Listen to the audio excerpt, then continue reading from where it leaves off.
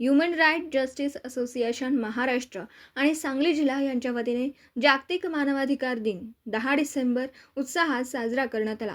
सांगली शासकीय रुग्णालय तसेच मिरज शासकीय रुग्णालयात रुग्णांच्या हक्कांची माहिती देणारे डिजिटल फलक स्थापित करण्यात आले. या फलकांचे अनावरण माननीय जिल्हाधिकारी अशोक काकडे यांच्या शुभ हस्ते करण्यात आलं. यावेळी वैद्यकीय अधिष्ठाता डॉक्टर प्रकाश गुरव, जिल्हा शल्यचिकित्सक डॉक्टर विक्रमसिंह कदम हे मान्यवर प्रमुख उपस्थित होते. कार्यक्रमाला MTDKच्या मुख्य कार्यकारी अधिकारी सौ स्वाती खाडे, डॉक्टर हंकारे, ज्येष्ठ सामाजिक कार्यकर्त्या शाहीन शेख, सुरेखा शेख, नगरसेवक रवींद्र वळवडे यांच्यासह अनेक मान्यवरांची उपस्थिती लाभली. फलक अनावरणानंतर झालेल्या मनोगतामध्ये माननीय जिल्हाधिकारी अशोक काकडे, डॉक्टर प्रकाश गुरव, डॉक्टर विक्रम कदम आणि सामाजिक कार्यकर्त्या शाहीन शेख यांनी मानवाधिकार दिनाचे महत्त्व स्पष्ट केलं व सर्वांना शुभेच्छा दिल्या. कार्यक्रमाचं विशेष आकर्षण म्हणजे शासकीय रुग्णालयातील सर्व प्रामाणिक व सेवाभावी डॉक्टरांचा जिल्हाधिकारी यांच्या हस्ते सन्मानपत्र देऊन गौरव करण्यात आला.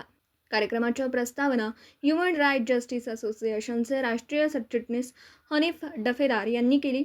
यावेळी उपस्थित मान्यवरांमध्ये प्रदेशाध्यक्ष नासिर सय्यद, प्रदेश समन्वयक अहमद शेख, जिल्हा समन्वयक युसुफ शेख, नाना कनवाडकर, रमेश भोसले, अफजल शेख, नीता मुरगुंडे, आसिफ मणेर, ॲडव्होकेट संजय पाटील, मासुल्लाह शेख आणि असोसिएशनचे सर्व प्रमुख कार्यकर्ते मोठ्या संख्येने उपस्थित होते.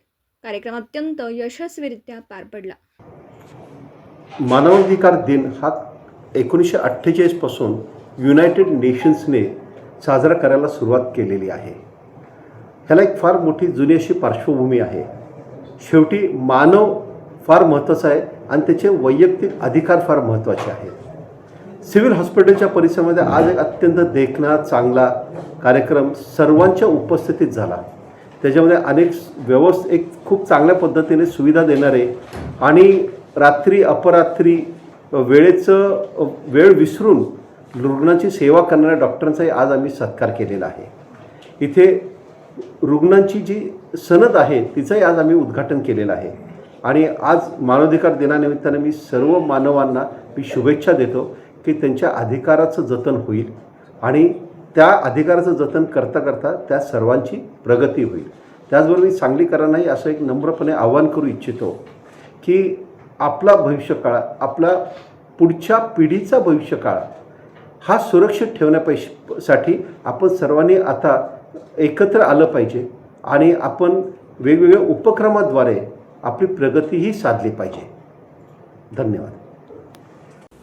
दिवसभरातील घडामोडींचा आढावा घेण्यासाठी पाहत रहा N24 मराठी न्यूज चॅनल.